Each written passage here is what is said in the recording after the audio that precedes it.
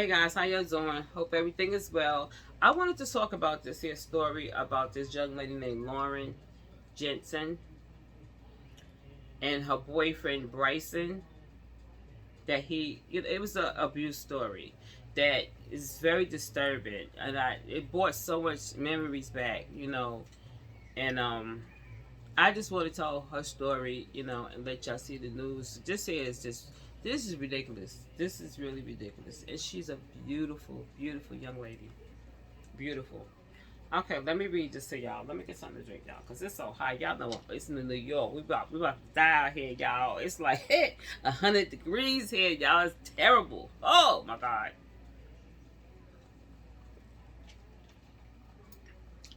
Nashville, Tennessee.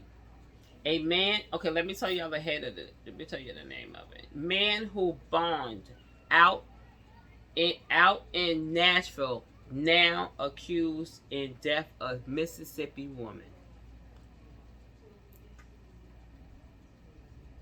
Nashville, Tennessee.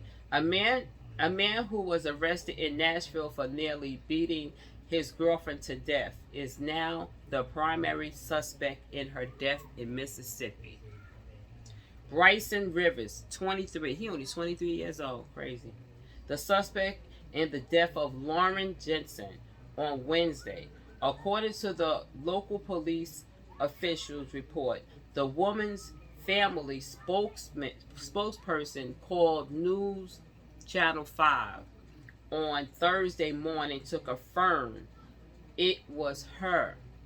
Police found her gone inside a vehicle after her family had reported her missing.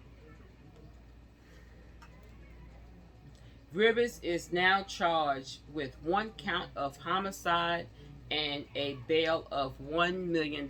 They should have made it way more than that.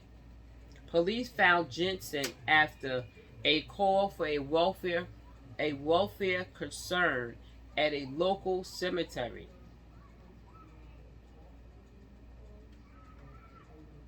Upon arrival, deputies encountered Rivers running from a vehicle into the woods in the area. Mississippi agents located Rivers in the woods several hours later and arrested him. In the cemetery, this guy is a nut. He's a nut. However, Rivers was recently let out on bond in Nashville. It says, however, Rivers was recently let out on bond in Nashville in the last few days. So they didn't let her know, like, he got out. Mm-hmm. The family spokesman said Jensen and her family wasn't notified of Rivers' release. See? I know, yes. In Nashville, they said the system failed Jensen. We opposed the reduced bond that was ordered by a criminal court jury, Cheryl Blackburn, said Steve Hayslip, the spokesperson for Nashville District Attorney's Office. We do not have anything to do with the bond conditions. I told you that bond wasn't high enough, y'all. I told y'all this. He is a crazy man. He's crazy. He crazy.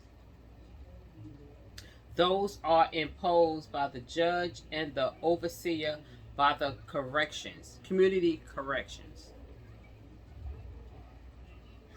Let me show y'all what she looked like, y'all. She's so pretty, y'all.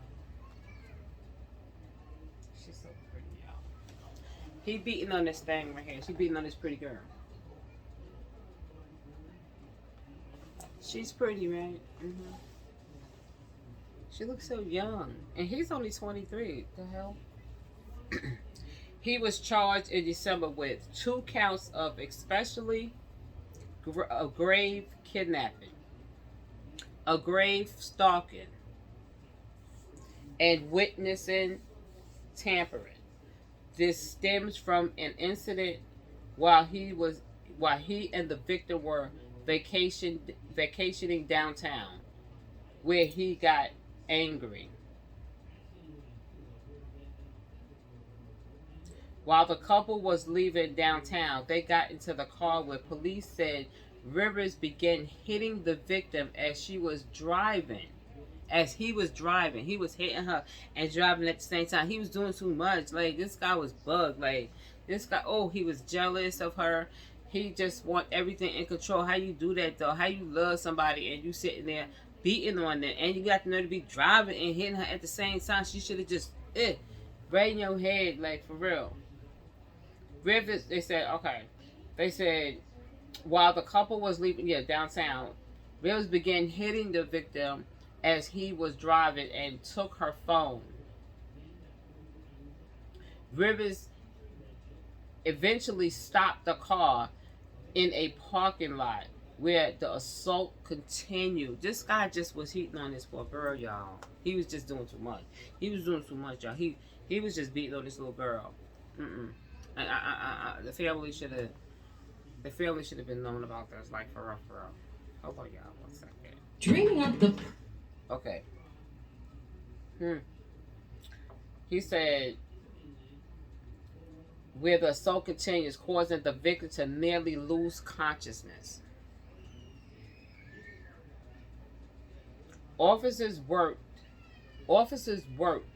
with the victim's family to obtain her location in the North Nashville, where the couple rental car was found at an intersection. Metro Police said officers could hear the victim banging on the vehicle as she tried to escape her attacker. This is crazy. While she was able to get out of the car upon officers' arrival, police said Rivers was seen reaching for a firearm. He tripping out. In the back seat, while authorities was able to interrupt him. He was then taken into custody. Okay. I have a problem with that. I'm not saying it's racist, but you know damn well, if a black man was reaching for a gun, he would be donezo. How? Y'all already know. You could just go like this here and they be like, bam. You know what I'm saying? I'm not saying all, but y'all know what happens. For him to be reaching for a gun, a pow-pow, and they didn't pow-pow him, y'all see with your own eyes that he is damn near beating this girl to death. Like, for real. Unconsciousness and all of this stuff here. And his original bail was $251,000 according to the police records. However, the bond has been lowered to $150,000 inside Judge Blackburn's court.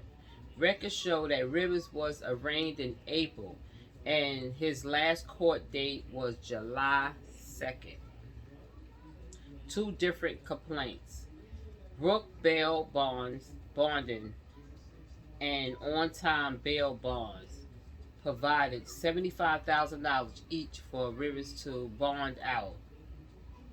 Future court records are unavailable because of the 4th of July holiday. Why is this thing not moving? Oh my God. Hold on, y'all. One second. Yeah. It says, we know getting help may seem daunting, scary, and complex. Below are some jumping off points in your county. So they have like a lot of resources that you can call for domestic violence. And I mean, they have a lot.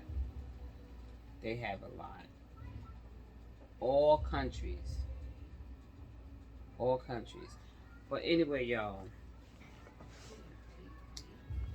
she's so beautiful for her to have to go through that. Like, for real. She's a beautiful young lady.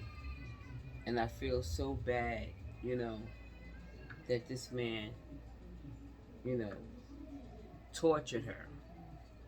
Just torture her. He's just evil.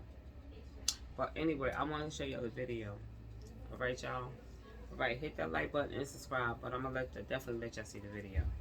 Alright, hold on. New details tonight in the case of Bryson Rivers. He is the man who walked out of the Nashville jail without the oversight mandated by a judge, and just days later was charged with murdering his ex-girlfriend, Lauren Johansson. We're now learning more about just what landed Rivers in jail back in December and why Johansson's family had already feared for their daughter's life. News Channel 5 investigative reporter Levi Ismail just returned from the courthouse. Levi, you're the only TV reporter who was allowed to review this case file. What did you find? You know, what we saw and what we heard was a battered woman being told to cover up her own abuse. We know Bryson Rivers was arrested back in December by Metro Nashville police for allegedly kidnapping Lauren Johansson while the two were on vacation, but this was our first look at the file with evidence from that day. Now, Judge Cheryl Blackburn instructed clerks not to let us make copies of this material, so instead, I'm going to do my best to share what I witnessed myself from this file. Now, in this file, we found photos of Johansson from the hospital bed where her eyes were almost swollen shut. Her blonde hair turned bright red, and you could see a big cut near her forehead. Again, we're limited in what we can show, which is why you don't see these images for yourself, but we know police found Johansson covered in blood and pinned down by Rivers in the passenger seat of their car. Johansson's phone was apparently recording beforehand from inside the car, where she was suffocated for roughly an hour. At one point, we heard Rivers say, quote, "If you move at all tonight, I swear to God, you're not going to wake up tomorrow." The audio is graphic and hard to listen to at times, but while that's happening, we heard Rivers continue to ask about a guy Johansson may have spoken to at a bar. Police pinged both phones, and that's how they discovered the two in a Nashville parking lot. In the body camera footage, we saw Johansson frantically beating on the car window when police arrived. Police opened the door and she raced out crying. Now, they arrested Rivers on 2 counts of kidnapping, but we heard Rivers continue to ask officers what was going on, as if he wasn't clear why they were there. Fast forward to when Rivers is in jail, and we heard a jail call between the two where we hear Rivers say, "If they ask about anything incriminating about me, deny, deny, deny." Johansson appeared to agree with the idea and said she tried telling officers after the fact that she was drunk that night and wasn't thinking clearly. The two talked about future plans once Rivers made bond before ending the call, both saying, "I love you." Johansson would later say she did not want to press charges, but police went ahead anyway with the evidence in front of them.